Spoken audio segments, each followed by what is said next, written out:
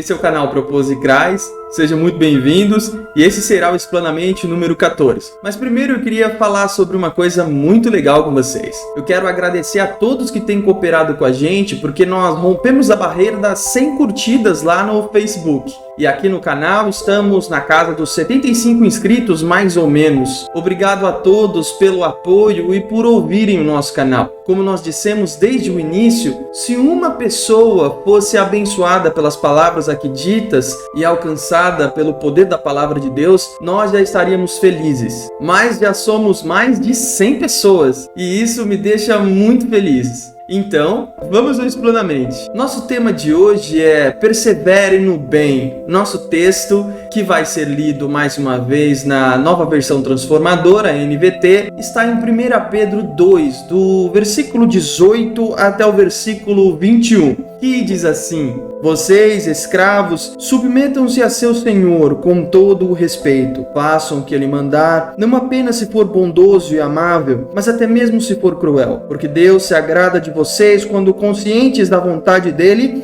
suportam com paciência o tratamento injusto. Claro que não há mérito algum em ser paciente quando são açoitados por terem feito o mal. Mas se forem por terem feito o bem e suportam com paciência, Deus se agrada de vocês, porque Deus os chamou para fazerem o bem, mesmo que isso resulte em sofrimento, pois Cristo sofreu por vocês. Ele é seu exemplo, sigam seus passos. A Epístola do Apóstolo Pedro, ou sua carta, também assim conhecida, foi escrita por volta do ano 63 depois de Cristo, mais provavelmente. A perseguição por parte do Império já havia começado aos cristãos. Os cristãos já eram perseguidos de multiformas na sociedade.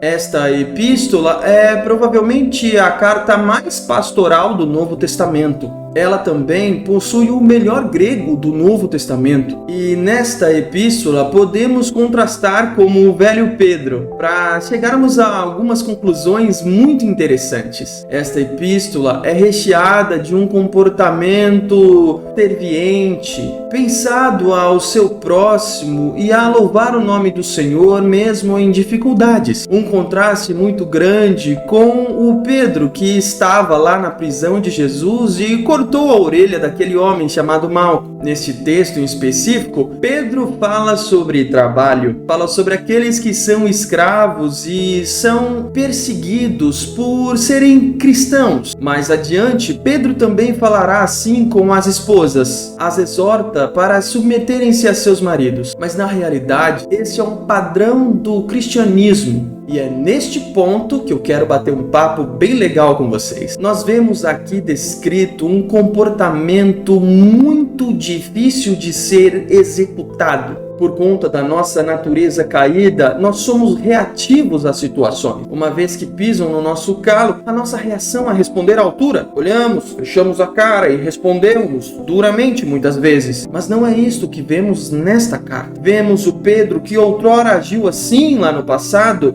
nesta carta nos aconselhar a termos autocontrole, a darmos fruto do Espírito em toda e qualquer situação. Pedro está falando sobre sermos maltratados socialmente, sobre sermos maltratados no nosso trabalho. Mas mesmo assim, perseverarmos no bem, sendo luz em meio às trevas, mesmo quando a situação não nos é favorável. Pedro, no versículo 20, também exorta que se fazemos o mal e somos punidos por isso, não há mérito nenhum nisso. Afinal, estamos colhendo aquilo que plantamos. Porém, se somos injustiçados para agradar a Deus. Pois o texto mesmo diz no versículo 21, porque Deus os chamou para fazerem o bem, mesmo que isso resulte em sofrimento, pois Cristo sofreu por vocês. A questão é que a natureza humana e sua característica reativa sempre nos levará a um caminho de conflito com o nosso próximo, com os nossos patrões ou mesmo com as pessoas que estão à nossa volta. Mas não é assim como cristãos que devemos nos comportar. O nosso testemunho começa quando nós somos diferentes daqueles que estão lá fora. Uma vez, em um sermão, escutei que estranhe se as pessoas do mundo acham vocês legais e boas, porque isso pode ser um sinal de que você é bastante parecido com eles. Não não estou dizendo que nós devemos ser odiados por todos, não é isso, mas devemos ser diferentes. E essa luz que brilha através de nós, pelo poder do Espírito Santo,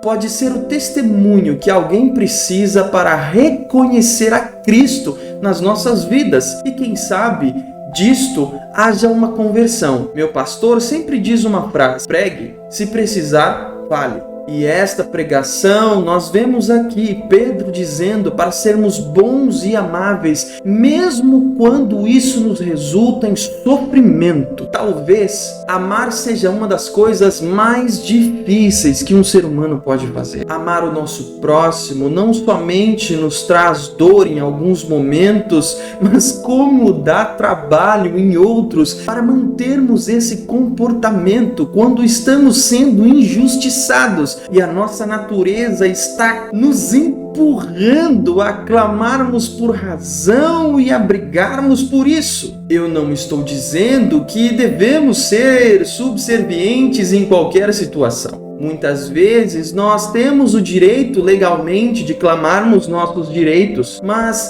independente disso, quando se trata de algo pessoal, devemos ser assim, luz no mundo e diferentes das trevas, para que sejamos testemunhas do perdão que nos alcançou. Eu sempre costumo dizer que devemos refletir esse perdão, refletir o amor que recebemos, refletir isso todos os dias. E acredito que essa primeira carta de Pedro é exatamente sobre isso. Pedro toca nesta tecla durante a carta toda. E isso é muito interessante, vindo de um homem que tinha por característica ser uma pessoa extremamente reativa em outro momento. Um outro ponto que podemos ressaltar disso é o poder de Deus em transformar uma pessoa. Aquele homem reativo anos atrás, hoje é um homem de coração quebrantado, um pastor preocupado com o próximo, preocupado com a pregação do Evangelho, não só por palavras,